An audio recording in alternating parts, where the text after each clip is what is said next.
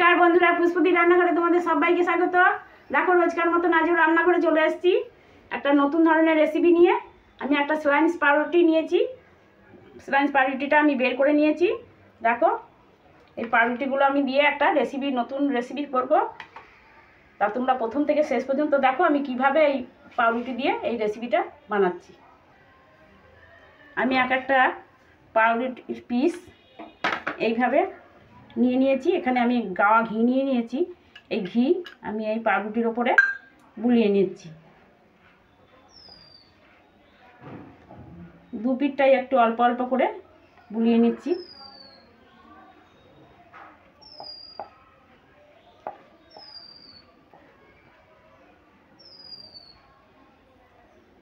প্রতিটা পাউরুটি আমি এইভাবে বুলিয়ে নেব আর আমি কেটে নিচ্ছি। দেখো আমি পাউরুটি দিয়ে গজা বানাবো। এই গজার সাইজ করে এইভাবে করে আমি কেটে নিচ্ছি।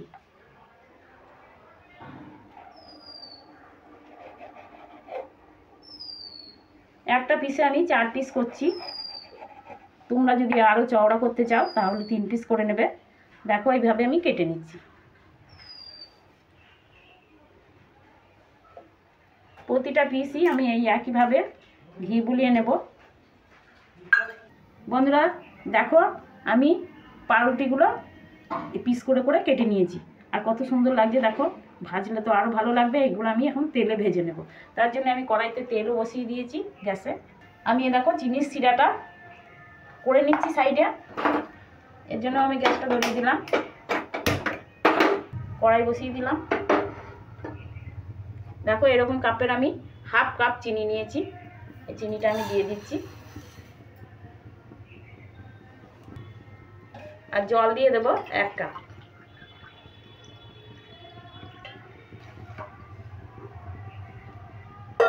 যে কাপ করে আমি চিনি নিয়েছি সেই কাপের করে আমি জলটা দিয়ে দিলাম। এবার জলটা আর চিনিটাতে আমি জাল করে নেব, সিরাটা করে নেব। গ্যাসটাকে একদম হাইতে করে দিয়েছি। এবার আমি এগুলো ভেজে নেব। পাউরুটির যে পিসগুলো কেটে কেটে রেখেছি গজার আকারে করে, এগুলো আমি ভেজে নিচ্ছি। দিয়ে দিচ্ছি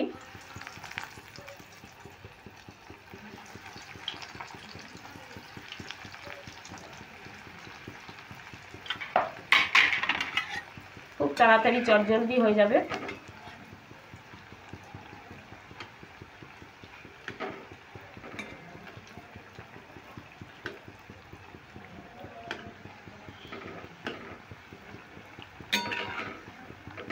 দেখো এখানে উল্টিয়ে দিলাম। এরকম লালচে করে ভেজে নিতে হবে। আর চিনি সিরাটাও আমি মাঝে মাঝে নেড়ে দিচ্ছি। এবার আমি একটা ছাঁকনি করে তুলে নিচ্ছি। দেখো ভাজা হয়ে গেছে।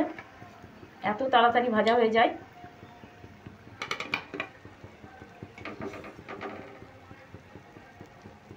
প্রথমকার তেলটা আমার একটু খুব বেশি তেতে গেছে বলে একটু বেশি লালচে হয়ে গেল। এরপরেরটা আমি অতটা লাল করব না। এবারও দিয়ে দিচ্ছি।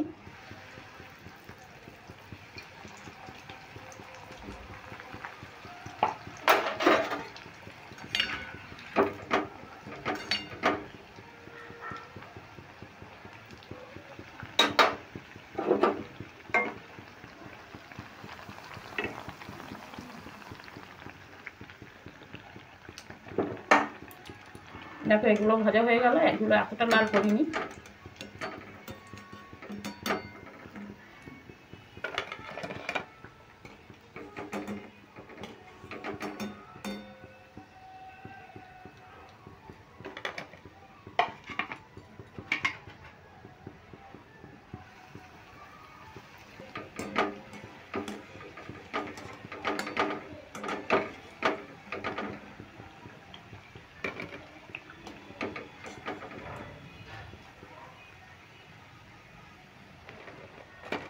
এইভাবে আমি সব পিসগুলোই ভেজে নিচ্ছি। দেখো সমস্তগুলোই আমার ভাজা হয়ে গেল।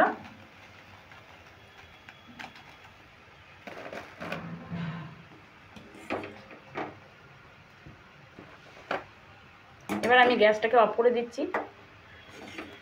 দেখো কতটা মুচমুচে হয়েছে। তোমরা দেখেই বুঝতে পারছো। একটা তোমাদের ভেঙে দেখিয়ে দিচ্ছি কত সুন্দর হয়েছে। দেখো শিরাটা আমার হয়ে গেছে, যে একটা চিটচিটে ভাব এসছে। এখন বুঝতে হবে এরকম চিটচিটে ভাব হলেই শিরাটা রেডি হয়ে গেছে। এবার আমি এই গজাগুলো, যেগুলো পাউরুটি পিসগুলো আমি ভেজে রেখেছি, সেগুলো আমি এই শিরার উপর দিয়ে দিচ্ছি।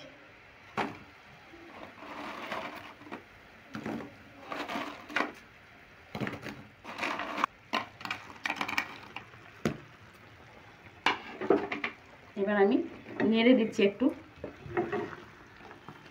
এগুলো নেড়ে সমস্তগুলো আমি শিরাটার উপরে মিশিয়ে নিচ্ছি। একদম শিরাটাকে শুকিয়ে নিতে হবে, তাহলেই গজাগুলো রেডি হয়ে যাবে।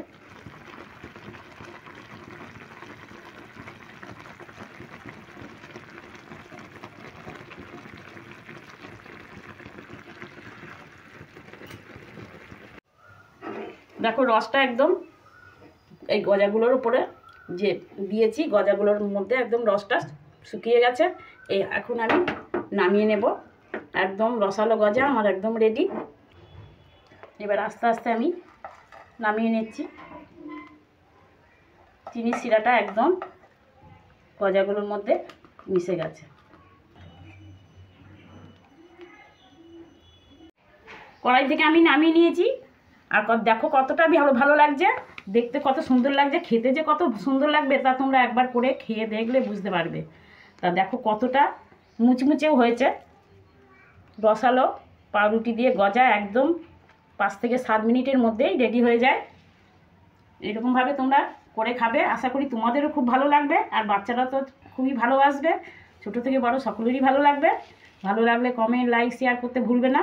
আর যারা বন্ধুরা আমার চ্যানেলে এখনও নতুন আছো তারা যেন অবশ্যই সাবস্ক্রাইব করে দেবে আর পাশে থাকা বেল আইকনটা প্রেস করবে, তাহলে সবার আগে আমার ভিডিওগুলো তোমাদের কাছে পৌঁছে যাবে। তাহলে বন্ধুরা আমি এবার আসি, পরের দিন আবার ওই রকমভাবে নতুন নতুন রেসিপি নিয়ে তোমাদের কাছে চলে আসবো। তোমরা ভালো থেকো, সুস্থ থেকো।